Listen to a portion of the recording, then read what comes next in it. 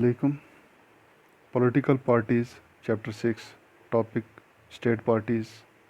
As we discussed in the previous video about 7 national parties, today we are going to discuss some of the state parties. Other than national parties, many parties are classified as state parties. These are commonly known as regional parties, and these parties are recognized or classified by the Election Commission of India. These parties are regional in outlook but plays a very important role in national politics. जहाँ तक political parties का ताल्लुक है, हमने पिछले videos में 7 national parties के बारे में पढ़ा था कि हमारे मुल्क हिंदुस्तान में नेशनल लेवल पर बड़ी 7 पार्टीज़ हैं। उनके साथ साथ अगर हम स्टेट लेवल की बात करें तो हमारे पास बहुत सारी स्टेट लेवल पार्टीज़ हैं जिन्हें रीजनल लेवल पार्टीज़ भी कहा जाता है। तो सेम प्रोसीजर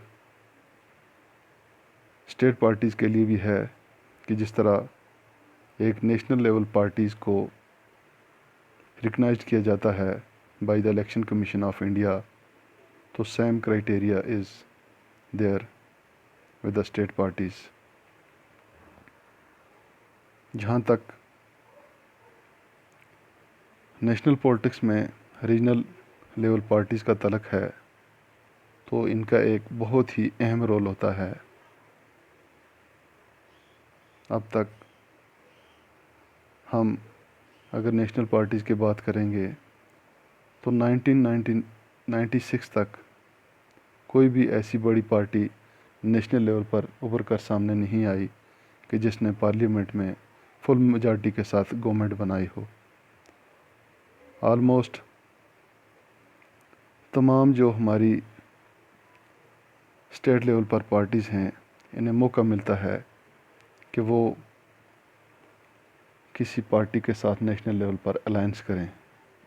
जहाँ तक 2004 के लोकसभा के इलेक्शन का ताल्लुक है, कांग्रेस पार्टी ने इलेक्शन जीता था, लेकिन सिर्फ 72 सीट्स उसके पास कम थी, क्योंकि आउट ऑफ 545 2/3 मेजॉरिटी के लिए एक पार्टी को 272 सीट की ज़रूरत है।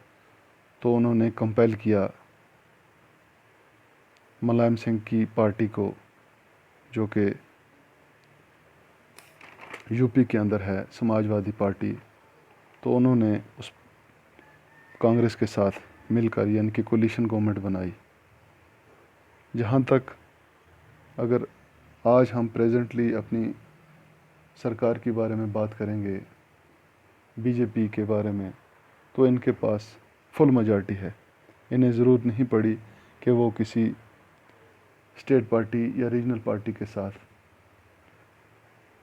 मिलकर हुकूमत बनाए, तभी इन्हें जो मर्ज़ी आता है ये अपनी मर्ज़ी से कुछ भी कर लेते हैं। तो ये जब रीजनल लेवल की पार्टीज़ नेशनल लेवल पार्टीज़ के साथ मिलती हैं तो उन्हें बहुत ज़्यादा स्ट्रेंथन करते हैं। हमारा लेजिस्लेचर जो है ये मज़बूत हो जाता है, हमारी डेमोक्रेसी जो है ये मज़बूत हो जाती है। तो रीजनल लेवल पर अगर हम बात करेंगे, बहुत सारे लोगों के इंटरेस्ट को लेकर नेशनल लेवल पार्टी जो है ये चलती है। अगर कहीं ऐसा हो कि ये इन लोगों को साथ लेकर ना चले, तो ये अपनी हमायत वापस ले लेते हैं और हुकूमत जो है वो गिर जाती है। तो इस तरह रीजनल लेवल पार्टीज़ बहुत ही अहम रोल अदा करती हैं नेशनल लेवल पॉलिटिक्स में। तो जहाँ तक हमारी रीजनल लेवल पार्टीज़ का ताल्लुक है, तो हमारे यहाँ बहुत सारी पार्टीज़ हैं रीजनल लेवल पर। अगर हम यूपी के अंदर देखें, जो कि हमारी बहुत बड़ी स्टेट है, समाजवादी पार्टी है वहाँ पर, जो कि मुलायम सिंह यादव की है। उसके बाद بہار کے اندر RJD ہے، راشٹریہ جنتا دل، دہلی کے اندر عام آدمی پارٹی ہے اروند کیجریوال کی، اور ہمارے جموں اینڈ کشمیر میں 2 بڑی پارٹی ہیں ریجنل لیول پر، نیشنل کانفرنس اور پیپل ڈیموکریٹک پارٹی، یعنی کہ فاروق عبداللہ کی اور محبوبہ مفتی کی۔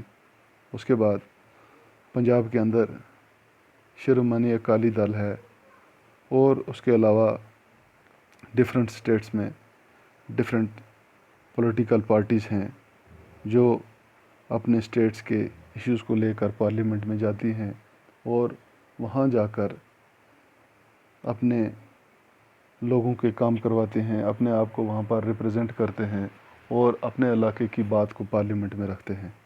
جہاں تک ووٹ پروپورشن کا تعلق ہے، سیم کرائٹیریا یہاں پہ بھی ہمیں دیکھنے کو ملتا ہے کہ جس طرح ہم نے لوک سبھا کے الیکشن میں دیکھا کہ وہاں پر ایک نیشنل پارٹی کے لیے، یعنی کہ تب ہی اسے ریکگنائز کیا جاتا ہے جب اس کے پاس ٹوٹل ٹرن آؤٹ جو ووٹنگ کا ہوگا، یعنی کہ لوک سبھا کے الیکشن میں 6% ہونا چاہیے، اور 4 اسمبلی الیکشن میں 4 سیٹ جیتنے چاہیے، تب جا کر وہ ریکگنائزڈ ہوگی۔ جہاں تک اسٹیٹ پارٹیز کا تعلق ہے، تو کسی بھی اسٹیٹ پارٹیز کے لیے یہ ضروری ہے کہ اس کے اسٹیٹ لیجسلیٹو اسمبلی جو الیکشن ہوتے ہیں ان کے ٹوٹل ٹرن آؤٹ میں اس کے پاس 6% ووٹ ہونا چاہیے، یعنی کہ اسٹیٹ لیجسلیٹو اسمبلی کے الیکشن وہ الیکشن ہوتے ہیں جہاں پر ہمارے MLAs چنے جاتے ہیں، اور MLAs جو ہیں وہ اپنے چیف منسٹر کو چنتے ہیں۔ تو اس الیکشن میں ایک پارٹی کے پاس 6% ووٹ ہونے چاہیے، اور کم سے کم 2 سیٹس اس نے جیتے ہوں گے، تب جا کر ایک پارٹی جو ہے اسے ہم اسٹیٹ پارٹی کہیں گے۔ شکریہ۔